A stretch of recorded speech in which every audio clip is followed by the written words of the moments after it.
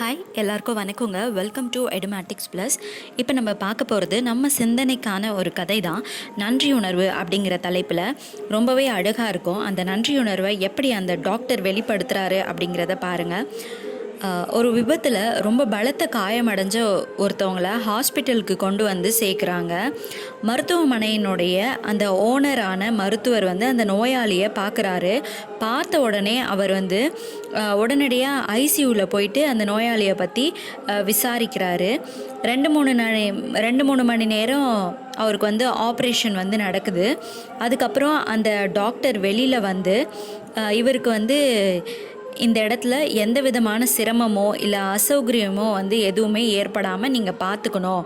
அது மட்டும் இல்லாமல் அந்த குறிப்பிட்ட அந்த பேஷண்ட் கிட்ட நீங்கள் சிகிச்சைக்காகவோ இல்லை மருந்துக்காகவோ எதுக்காகவோ வந்து பணம் வந்து எதுவும் அவங்கக்கிட்ட வாங்கக்கூடாது அப்படின்னு சொல்லிட்டு ஸ்ட்ரிக்டாக அவருடைய ஊழியர்கிட்டலாம் சொல்லிட்டு போயிட்டாரு.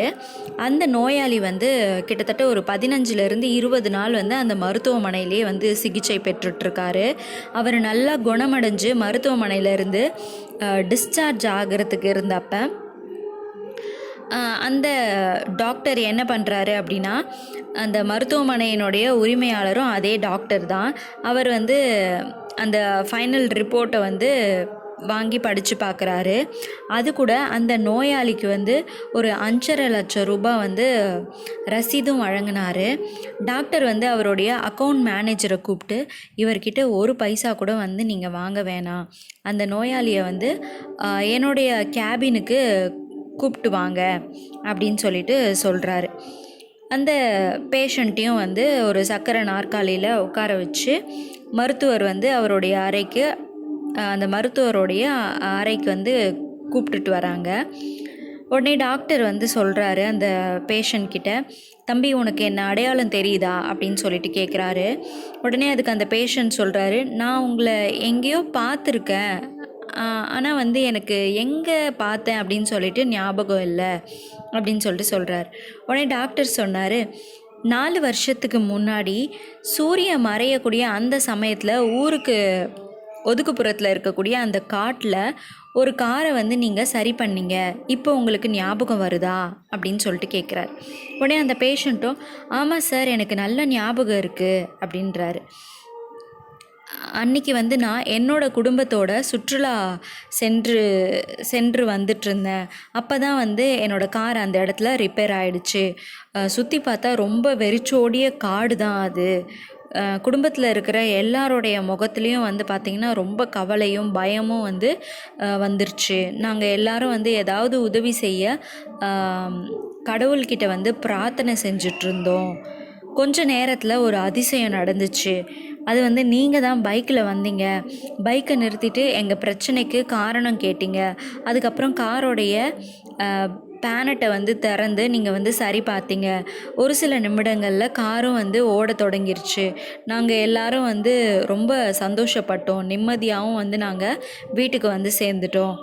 அந்த காட்டில் நாங்கள் எப்படி தான் வந்து அந்த நைட்டை வந்து நாங்கள் ஸ்டே பண்ண போகிறோம் அப்படின்னு சொல்லிட்டு அந்த எண்ணமே எங்களுக்குள்ள பயங்கரமான ஒரு பயத்தையும் ஒரு குமுறலையும் வந்து ஏற்படுத்திருச்சு. ஆனால் எல்லாம் வல்ல இறைவன் வந்து எங்ககிட்ட அனுப்புனது உங்களை போல் ஒருத்தரை. நீங்கள் வந்து ஒரு கேரேஜ் நடத்துகிறீங்க அப்படின்னு சொல்லிட்டு சொன்னீங்க.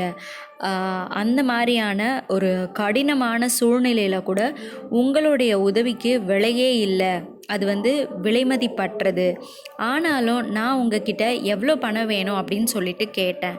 அந்த நேரத்தில் நீங்கள் வந்து உங்கள் கைகளை கூப்பி பேசிய வார்த்தைகள், என்னுடைய விதியும் கொள்கையும் என்ன அப்படின்னா, பிரச்சனையில் இருக்கிறவங்க உதவிக்காக நான் வந்து எதையும் திரும்ப பெறது கிடையாது, அவங்களுக்கு நான் உதவி மட்டும்தான் செய்வேன்.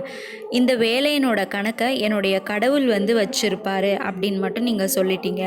அந்த வார்த்தைகள் என்னுடைய வாழ்க்கைக்கு ஒரு மிகப்பெரிய ஒரு உத்வேகத்தை எனக்கு கொடுத்துச்சு. பேரளவிலான வருமானம் உள்ள ஒருத்தராலேயே இவ்வளவு உயர்ந்த எண்ணங்களையும் மதிப்புகளையும் வந்து பெற்றிருக்க முடியும் அப்படின்னா அதை நாமும் பின்பற்றினால் என்ன அப்படின்னு சொல்லிட்டு நான் அன்னைக்கு நினச்சேன். அன்னையிலேருந்து இன்னைக்கு வரைக்கும் அதை நான் கடைப்பிடிச்சிட்டும் வரேன். 4 வருஷம் முடிஞ்ச பிறகும் எனக்கு எந்த குறையும் இல்லை. உண்மையிலேயே நான் முன்னாடி விட ஒப்பிட்டு பார்க்குறப்ப அதிகமாக வந்து நான் இப்போது சந்தோஷமாக இருக்கிறேன். இன்றைக்கி என்னால் நிறைய சம்பாதிக்கவும் முடியுது. இன்றைக்கி இந்த மருத்துவமனையும் வந்து என்னோட இது தான். நீங்கள் இங்கே என்னுடைய விருந்தாளி, என்னுடைய கெஸ்ட்டு. நீங்கள் உங்கள் சொந்த விதியின்படி என்னால் உங்ககிட்ட இருந்து எதையும் வாங்க முடியாது. இது போல் சேவைகள் வந்து கடவுளுடைய அருள். நீங்கள் இப்போது சந்தோஷமாக வீட்டுக்கு போங்க. உங்களுக்கு எந்த பிரச்சனை வந்தாலும் நீங்கள் தயங்காமல் என்கிட்ட வரலாம் அப்படின்னு சொல்லிட்டு அந்த டாக்டர் வந்து சொல்லிவிட்டு கேபினை விட்டு வெளியே போயிடுறாரு. அந்த பேஷண்ட் வந்து அந்த ரூமில் இருந்த இறைவனுடைய படத்தை பார்த்ததும் அவருடைய கைகள் தானாகவே உயர்ந்து தானாகவே இணைந்துடுச்சு. அவருடைய கண்களில் கண்ணீர் பெருகி வந்துச்சு. அவருடைய இதயம் வந்து அளவற்ற ஆனந்தத்தில் நிறைஞ்சு போயிடுச்சு. நாம் செய்யக்கூடிய செயல்கள் நமக்கே திரும்ப வரும். இது நிறைய பேர் சொல்லி நம்ம கேள்விப்பட்டிருக்கோம். அது நிதர்சனமான ஒரு உண்மை. அதுவும் ஆர்வத்தோட நம்ம செய்கிற செயல்கள் நிச்சயமாக நமக்கு திரும்ப வரும்.